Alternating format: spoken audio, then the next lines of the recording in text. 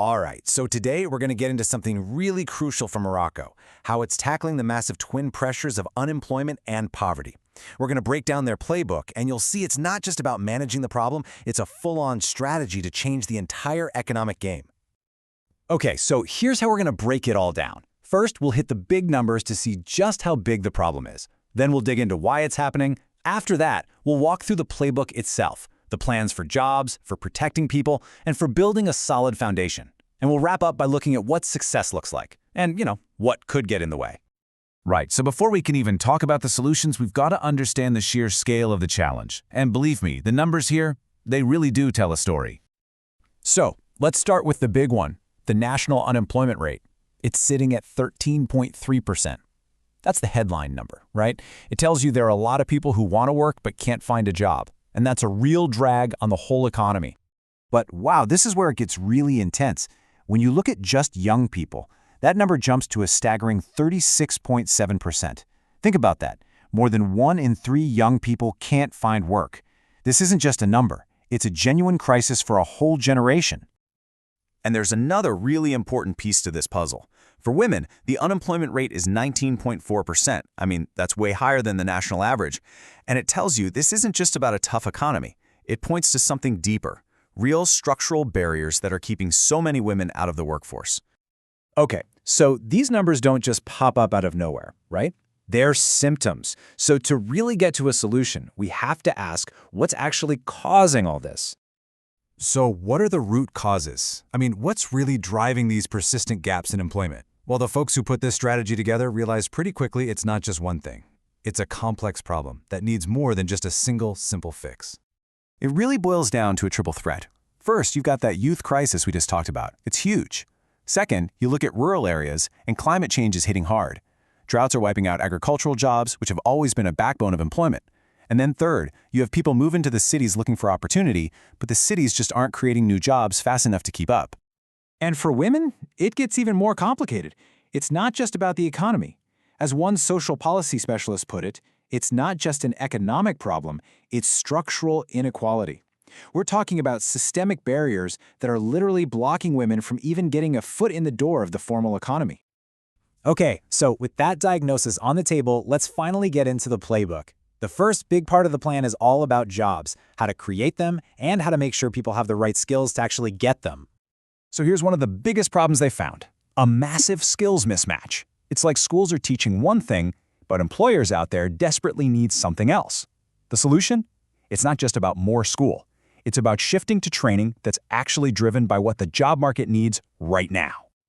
So to get jobs created fast, the strategy focuses on 3 key areas. First, helping small and medium-sized businesses in services and manufacturing to grow.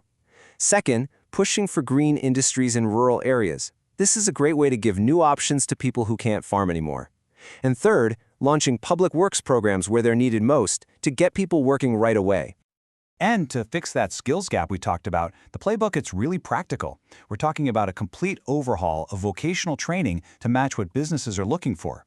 They're also pushing apprenticeships with real incentives, so companies actually want to hire and train new people.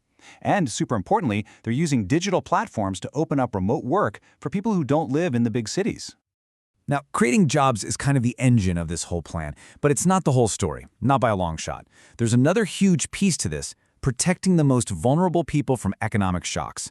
It's about making sure nobody falls through the cracks. And this is really interesting. You'd think poverty is just a rural problem, but look at this. While poverty in rural areas has actually gone down, which is great, it started to creep up in the cities. Why? Well, the cost of living is going up, and many urban jobs are unstable, creating this new group of families who are really struggling in the city. And this is why the playbook completely reframes the idea of social protection. This is not about charity. It's about economic stability. Think of things like cash transfers or insurance for farmers hit by drought. They're not handouts. They're like a shock absorber for the entire economy, helping people and the country ride out the tough times. Of course, you can have all the best ideas in the world, but if you don't have a solid foundation, none of it works. And that's the next part of the playbook, infrastructure and real systemic reform. And when we say infrastructure, we're talking about the absolute basics. Poverty is almost always worse where the roads are bad, the power is spotty, and there's no internet. So building out roads, getting reliable electricity to everyone, and expanding broadband, that's how you connect people to markets and create totally new opportunities. But here's a really smart part of the strategy. It recognizes that infrastructure isn't just roads and wires. For women, the critical infrastructure is different. We're talking about things like affordable childcare and legal reforms that ensure equality. These are the deal breakers. Without them, all the other job programs in the world just won't be enough. So, okay, that's the plan. But how do we know if it's actually working? Well, this isn't just a collection of vague ideas. The playbook sets out very clear, very measurable goals for the next 5 years. And these goals are ambitious, for sure. They want to get national unemployment down below 10%.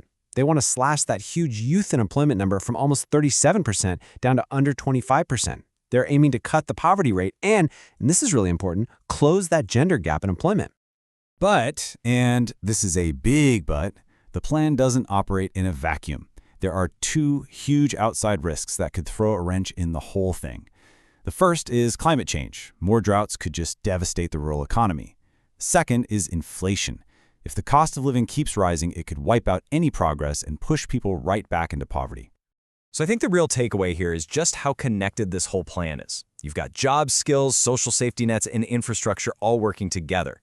It's like one analyst said, that's not slogans, that's strategy. Every piece relies on the others to work. And that really leaves us with the million-dollar question, doesn't it?